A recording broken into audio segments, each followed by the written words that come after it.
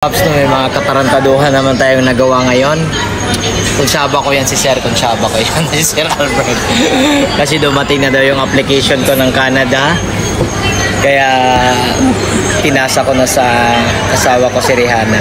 Galit na, dami nang minisit sa akin. No? Kaya hindi ko sasabihin.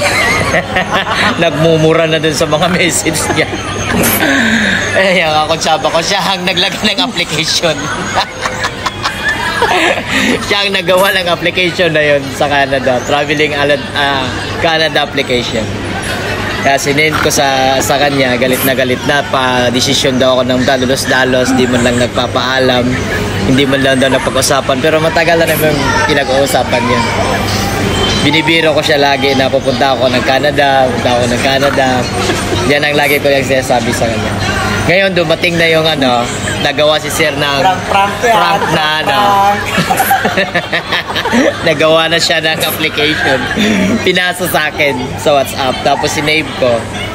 Kaya yun, sinend ko sa asawa ko. Yun, galit na ngayon. Hindi natin alam kung anong dadabo. Baka nagliligpit na ng gamit yun sa bahay. Kaya mamaya kita na tayo mamaya kung anong reaction niya. Ayan, pakita ko sa inyo yung application mga pop. May mga application tayo dito.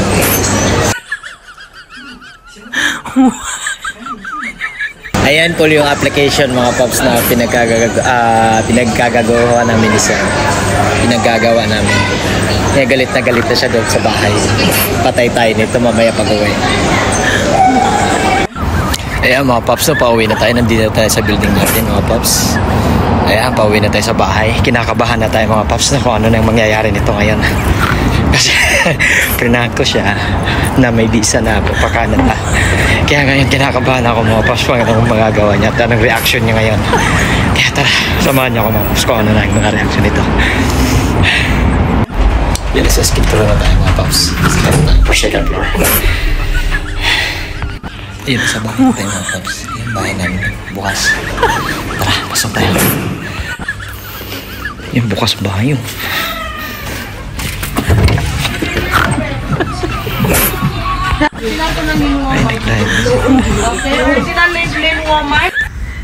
Paano yung log-in? May visa na lang. Sulpot-sulpot ka ng desisyon mo, gagawin ko. Nagdidesisyon ka lang sa'yo. Paano ko yan? Gagawin ko, luluhod ako. Gusto mo yan, pag-desisyon ka. Anong oras ko po yung cake? Paano yun lab? Itong mag-hiram ako sa pera niyan. Sabi ni Sir, okay daw eh. Hindi ko lang, may visa pa ako lang. Iniisip ko yung visa ko. Sulpot-sulpot ka ng Ay di male, chocolate chiquita. Payagan mo ako. Ano ka ba naman? Wait,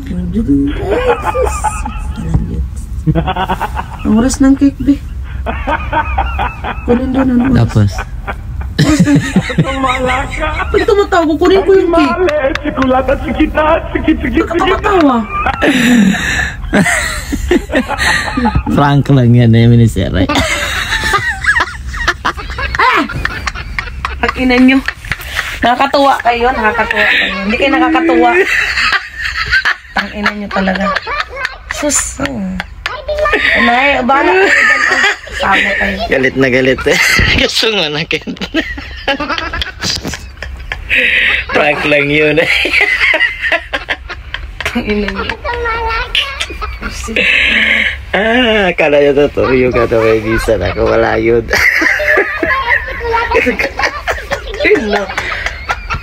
Alam mo ba kanina, kaya ako napag-live sa galit ko? Nag-live na lang ako sa galit ko.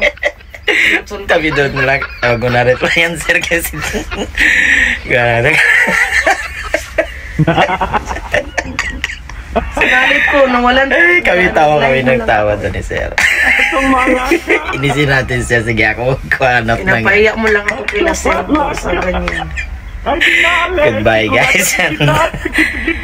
Bye. Tapos dilagdagan niya. Iyak na siya. Iyak. Itong malaga. Ay di male, chocolate chiquita. Goodbye guys and God bless you